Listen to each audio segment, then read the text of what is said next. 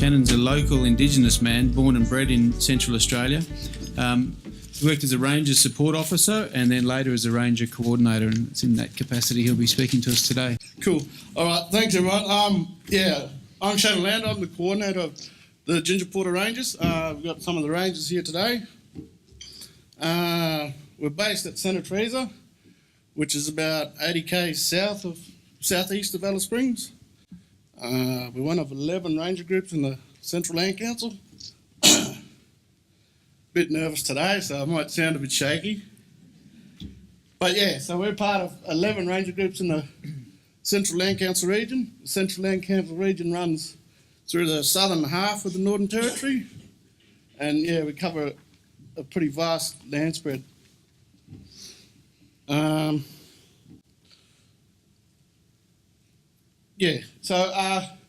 We got our ranger logo here. This is the Ginger Porter plants. They usually grow in a bunch, and they're pretty common to the region at Santa Teresa. And that's what the rangers base their logo on. And that's some of the rangers in the background. There's 11 rangers in our team. And yeah, unfortunately, a couple of them couldn't be here today because of cultural reasons. So we're going to talk about a project we've done with CSIRO, Tungunjira Land and Learning, also Ninti One, also the traditional owners and people of Ginger Porter community. The project was on climate adaptation and adaptation, and working two ways to understand climate change and climate science, and also traditional knowledge of weather and how it affects the rangelands.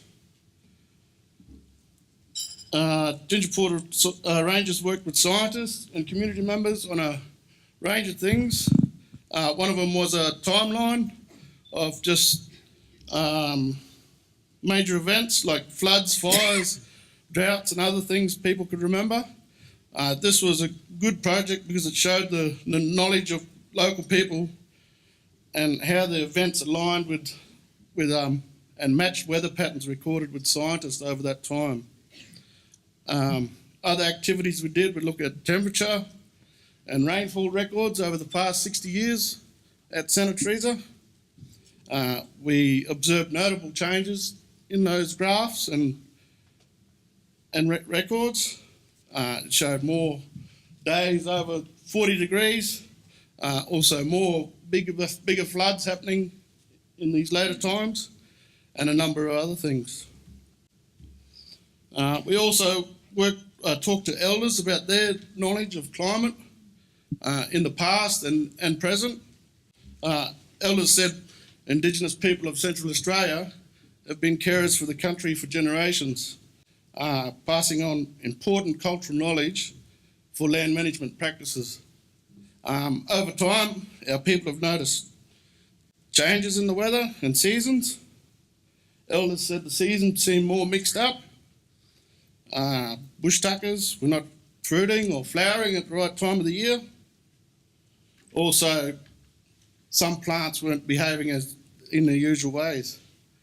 Other things they noticed were some of the bush medicines didn't seem to be as strong as they were in the past.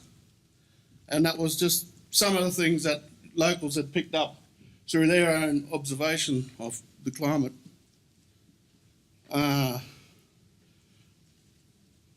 Rangers also worked with scientists to do PowerPoint presentations, and this was something that the Rangers worked with for the community so we could present information about climate science. The Rangers gave presentations to the local school, the Shire workers, the aged care centre, to TOs, which are traditional owners, and also to the community. We then worked on exercises about climate science and climate adaptation and helping share information and knowledge. The Rangers then worked on projects that were already currently in our work plan and were sort of linked to climate events. We have a few major things out there that we found that link with big climate events, and one of those was erosion. So erosion was identified by traditional owners and rangers as a key concern that needed to be addressed as part of the project. Rangers worked with the CSIRO scientists to help study and research control methods used in Central Australia. Santa Teresa has very erodible soils, and rangers wanted to protect the land that they care for from erosion. Rangers had had worked and monitored erosion sites before at Santa Teresa Land Trust over the past couple of years, and then rangers identified the need to start on small-scale erosion before they come large-scale problems. So the CSIRO scientists arranged a site visit to Wood Green Station, which had had extensive land conservation work done over the past 40 years. We were very pleased to be invited there by the owners. This was a very beneficial trip for our rangers. It showed erosion work that was done over many years and different stages of rehabilitation, which was something really hard to concept off paper. So actually going there and visiting these sites was very beneficial for us.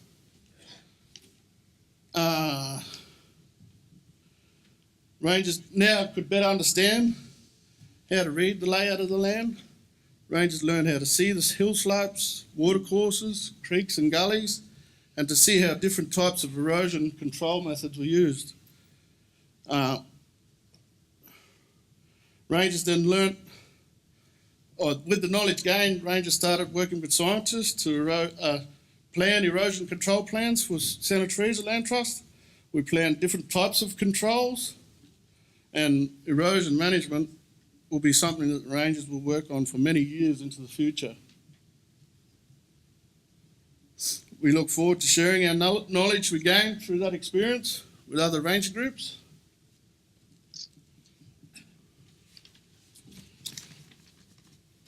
And so forth.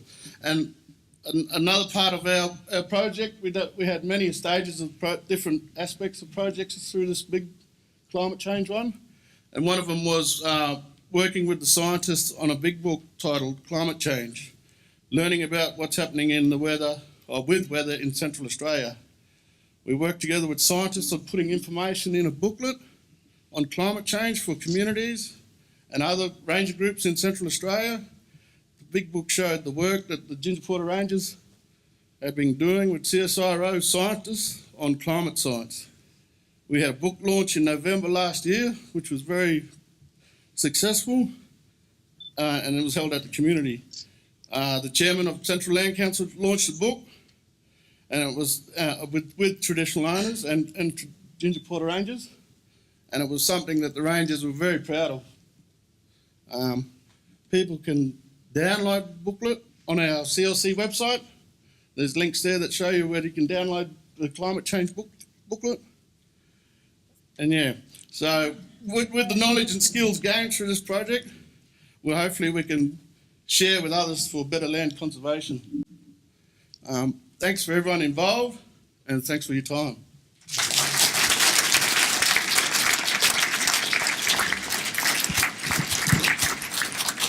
Thanks very much, Shannon and the rest of the Rangers. Time for some questions. There is time for some questions.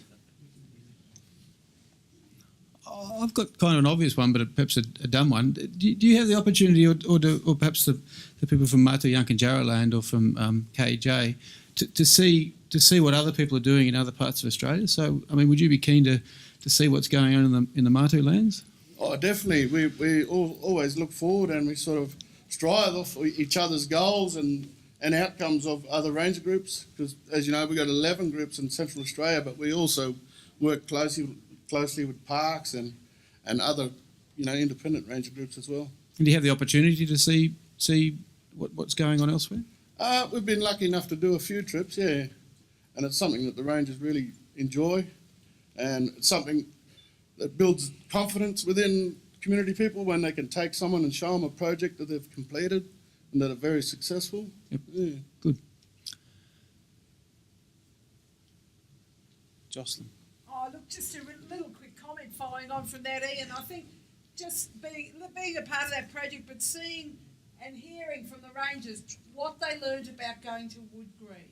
Because a project is one thing, but people were talking about this is a lifetime's work to fix the country up. You know, it's not a project. It's something you've got to do all the time for a long time to fix the country up. Yeah. Definitely. Yeah, well, community people are pretty remote. They don't get the access of a lot of, towns and cities get. So people are always aware of climate change. I mean, Indigenous people are always connected with the land, so they see changes. And it was just good to see the scientific information match with local knowledge, that people are observing that stuff. And, they are noticing changes. So it was good to get that information out, and that was sort of the push for the big booklet for us to give to communities and to schools and in remote or in Central Australia, sort of share our knowledge, what we sort of gained as well. Good. Thanks, Shannon. Thanks. And No worries. the other range. Fantastic.